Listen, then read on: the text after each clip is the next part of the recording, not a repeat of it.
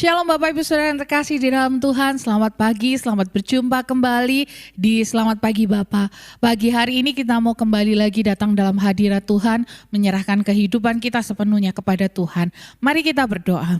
Tuhan Yesus, terima kasih buat pagi hari ini. Kau sungguh baik dalam kehidupan kami, sehingga pagi hari ini kami boleh bangun dengan tubuh yang sehat.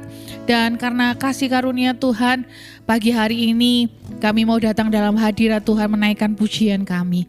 Kiranya Tuhan disenangkan atas setiap apa yang kami naikkan di hadapan Tuhan. Terima kasih Bapa. Dalam nama Tuhan Yesus kami sudah berdoa dan mengucap syukur. Haleluya, amin.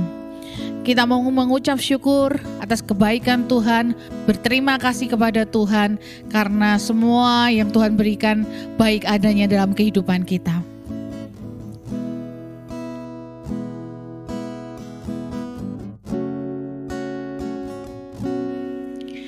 Terima kasih Tuhan untuk kasih setiamu yang ku alami dalam hidupku.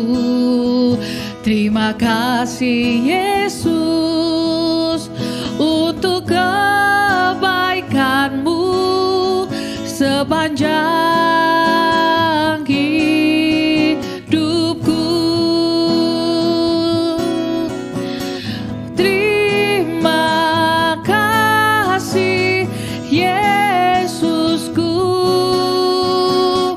buat anugerah yang Kau beri, sebab hari ini Tuhan adakan syukur bagimu.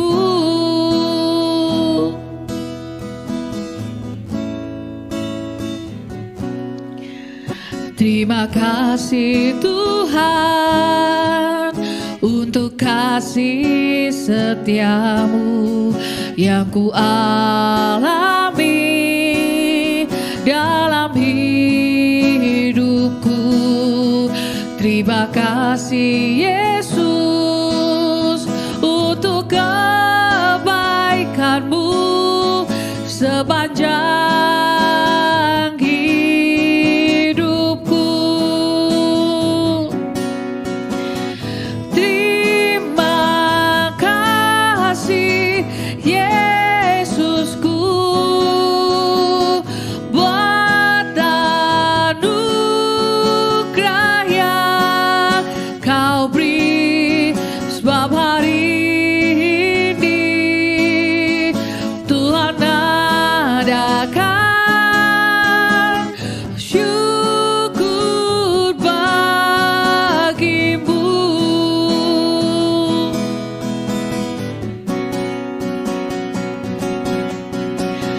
Terima kasih Yesusku buat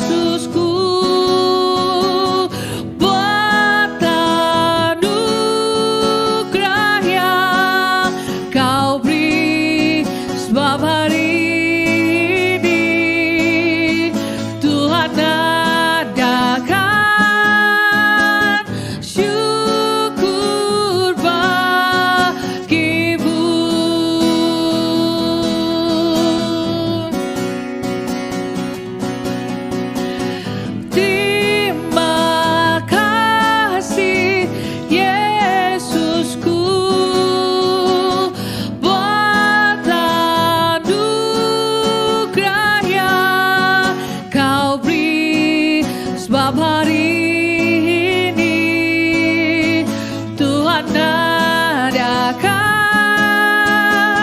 syukur bagimu, syukur bagimu, syukur bagimu, syukur bagimu.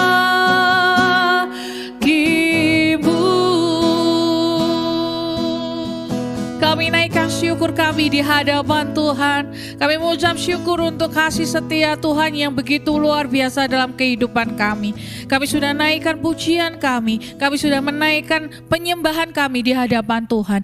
Jika sebentar kami mau mendengarkan firman-Mu, kiranya Tuhan yang bersemayam dalam hati kami, sehingga kami dapat menerima setiap firman Tuhan dengan hati yang penuh dengan sukacita. Terima kasih Bapa, hanya di dalam nama Tuhan Yesus Kristus kami sudah berdoa dan mengucap syukur. Haleluya, amin. Shalom, selamat pagi Bapak Ibu Saudara yang dikasihi Tuhan. Kita berjumpa kembali di dalam program Selamat Pagi Bapa. Kita memasuki bulan April, di mana tema MCC bulan April adalah Kristus Sang Penebus. Beberapa waktu yang lalu kita sudah mendengar dalam ibadah raya, maupun juga lewat setiap rangkaian Selamat Pagi Bapa. Dan hari ini kita akan melanjutkan kembali pembahasan kita tentang Kristus adalah penebus. Dan saya berharap biarlah apa yang disampaikan dalam rangkaian Selamat Pagi Bapa maupun lewat ibadah raya semakin memperlengkapi wawasan kita, tapi tidak berhenti sampai di situ, tapi juga mampu merubah pola pikir kita, bahkan lebih jauh merubah kehidupan kita, agar kita semakin sesuai dengan apa yang Tuhan inginkan dalam hidup kita. Nah, kita akan membuka Alkitab kita masih di ayat yang menjadi pokok pembahasan kita di bulan ini, dalam Efesus pasalnya yang pertama, ayat yang ke-7 sampai dengan ayat yang ke-10. Saya akan bacakan dan Bapak Ibu Saudara bisa menyimak baik-baik. Efesus pasal 1 maksud saya, ayat yang ke-7 sampai dengan ayat yang ke-10. Sebab di dalam Dia dan oleh darahnya kita beroleh penebusan, yaitu pengampunan dosa, menurut kekayaan kasih karunia-Nya yang dilimpahkannya kepada kita dalam segala hikmat dan pengertian.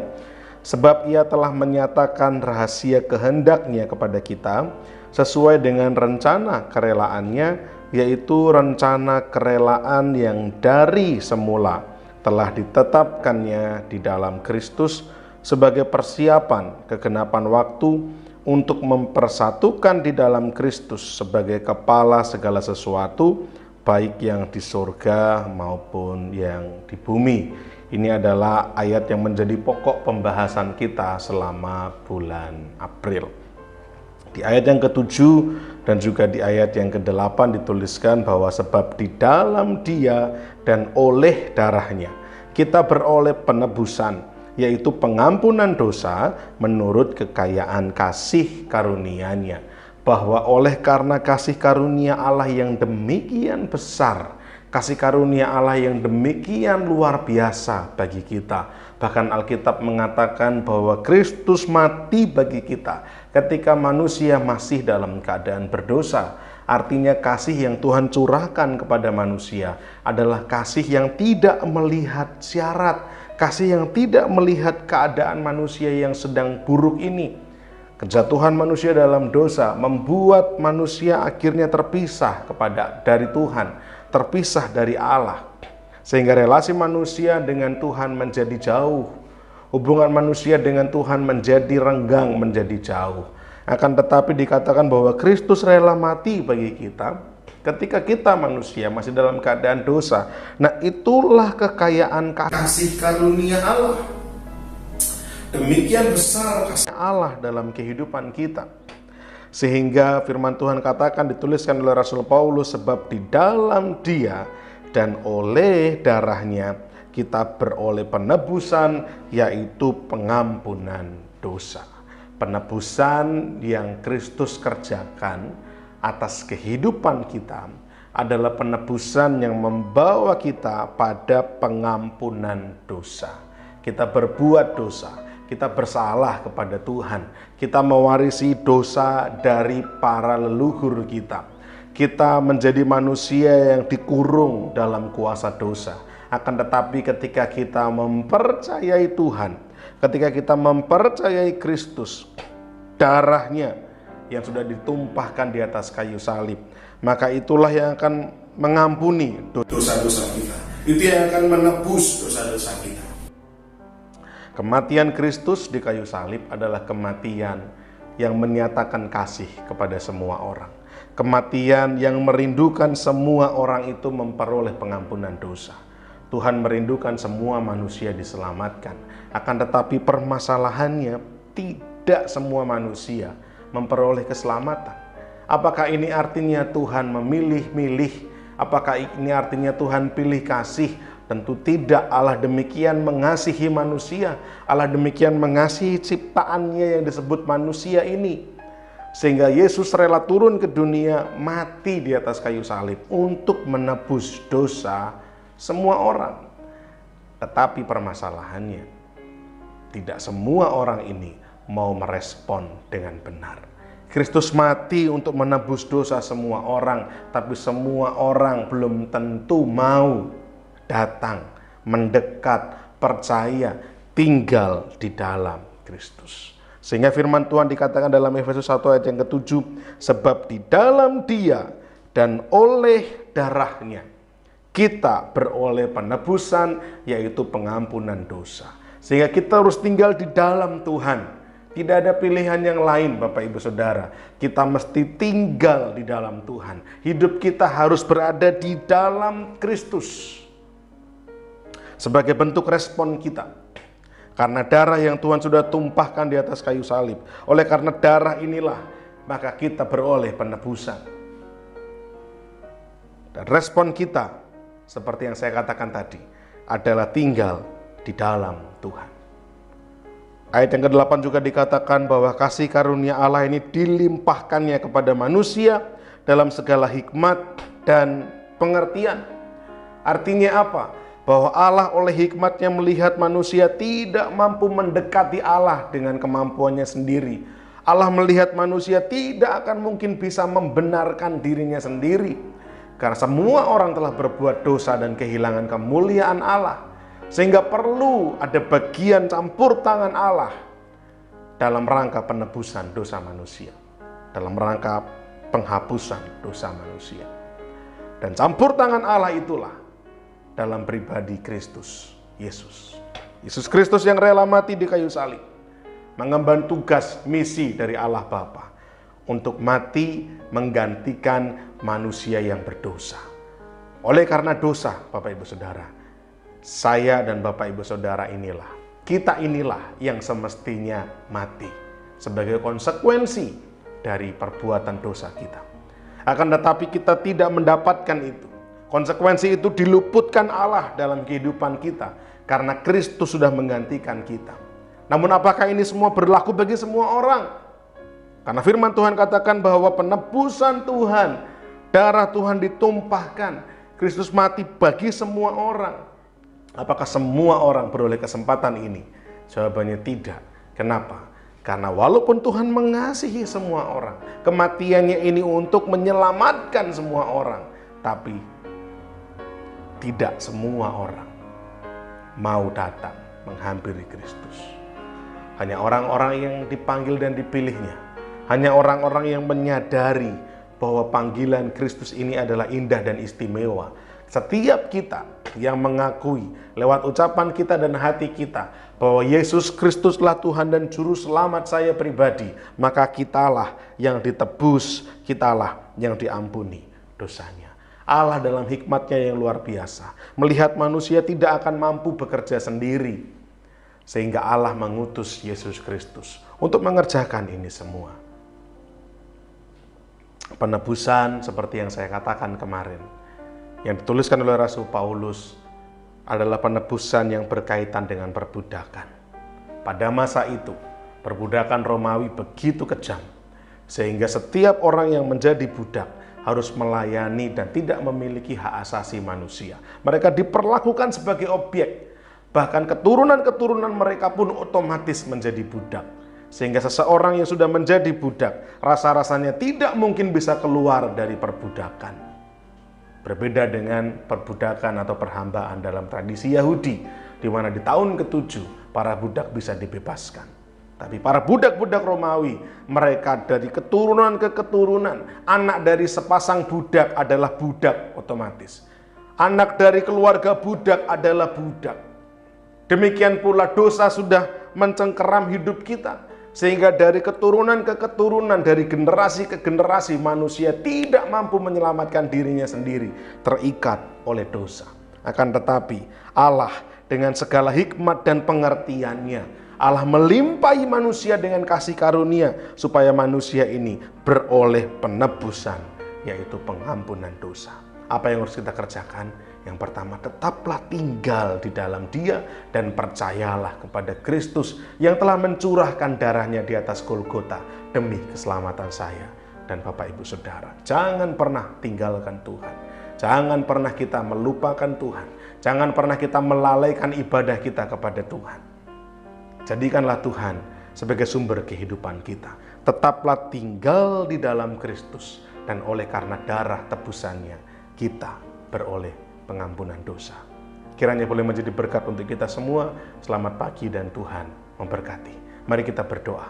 Bapa, pagi ini kami diingatkan bahwa keselamatan kami bukanlah oleh karena usaha kami sendiri. Keselamatan kami bukanlah karena perbuatan-perbuatan baik yang kami lakukan, tapi keselamatan kami semata-mata terjadi karena kelimpahan kasih karunia Allah. Sehingga kami dimampukan bebas, sehingga kami ditebus oleh Tuhan. Hidup kami menjadi hidup yang baru sebagai manusia-manusia baru. Terima kasih Tuhan untuk firman Tuhan pada saat sore, pada saat pagi hari ini Tuhan. Supaya kami dapat terus menangkap, kami terus memahami, terlebih kami mempraktekkannya dalam kehidupan kami sehari-hari. Agar kami tetap tinggal di dalam Kristus dan tidak meninggalkan Tuhan dalam kehidupan kami, supaya kami tetap selamat sampai pada saatnya Tuhan panggil kami kembali pulang. Kami tetap tinggal dalam kasih karunia-Mu. Dimuliakanlah nama Tuhan kekal selamanya. Dalam nama Tuhan kami Yesus Kristus, kami bersyukur dan juga berdoa. Haleluya. Amin.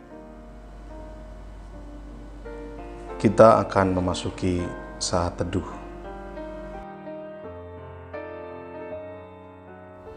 Sebab di dalam Dia dan oleh darahnya kita beroleh penebusan, yaitu pengampunan dosa menurut kekayaan kasih karunia-Nya.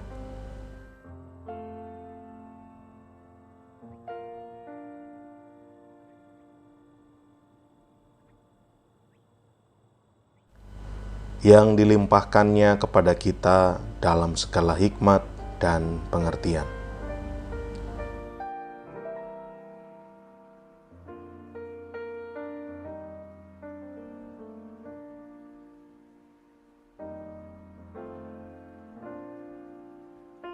Sebab Ia telah menyatakan rahasia kehendak-Nya kepada kita sesuai dengan rencana kerelaannya, yaitu rencana kerelaan yang dari semula telah ditetapkannya di dalam Kristus.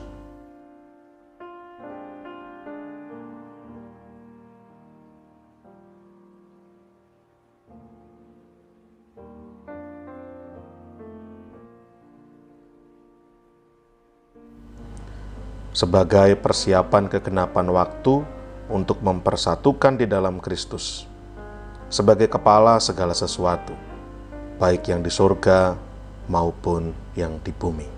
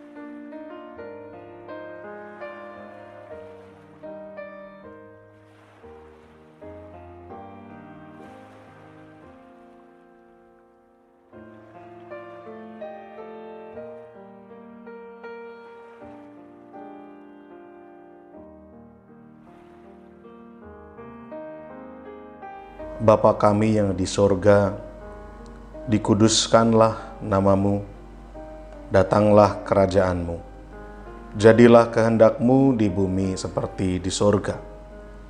Berikanlah kami pada hari ini makanan kami yang secukupnya, dan ampunilah kami akan kesalahan kami, seperti kami juga mengampuni orang yang bersalah kepada kami.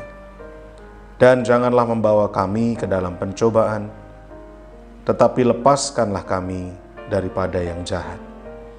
Karena Engkaulah yang empunya kerajaan dan kuasa dan kemuliaan sampai selama-lamanya. Amin.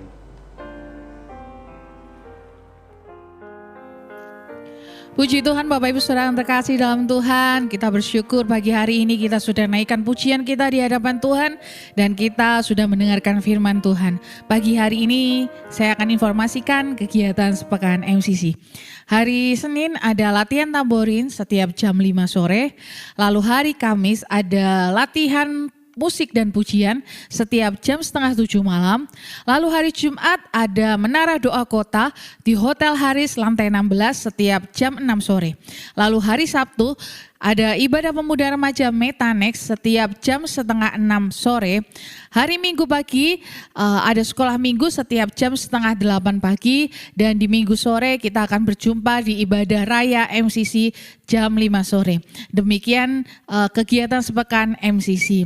Pagi hari ini kita mau tutup ibadah kita pada pagi hari ini. Kita bersyukur hari ini bisa bangun dengan tubuh yang sehat, dengan kekuatannya yang daripada Tuhan, dan kita mau jalani hari ini dengan semangat, dengan terus mengandalkan Tuhan dalam kehidupan kita. Mari kita berdoa. Bapa di dalam surga, terima kasih buat pagi hari ini. Kami bersyukur kebaikan Tuhan melingkupi kehidupan kami sehingga pagi hari ini Tuhan izinkan kami untuk bangun dengan tubuh yang sehat, kami dapat mengikuti ibadah pada pagi hari ini. Dan sebentar Tuhan, kami mau tutup ibadah kami, kiranya Tuhan memberkati setiap kami yang mendengarkan, setiap apa yang sudah kami dengarkan, kiranya kami terima dan kami aplikasikan dalam kehidupan kami. Terima kasih Bapa. Tuhan berkati juga untuk hari ini dari pagi hingga malam hari nanti. Dalam penyertaan perlindungan Tuhan, Tuhan jagai kami, Tuhan sertai kami. Terima kasih Bapa. Hanya di dalam nama Tuhan Yesus Kristus kami sudah berdoa dan mengucap syukur. Haleluya. Amin.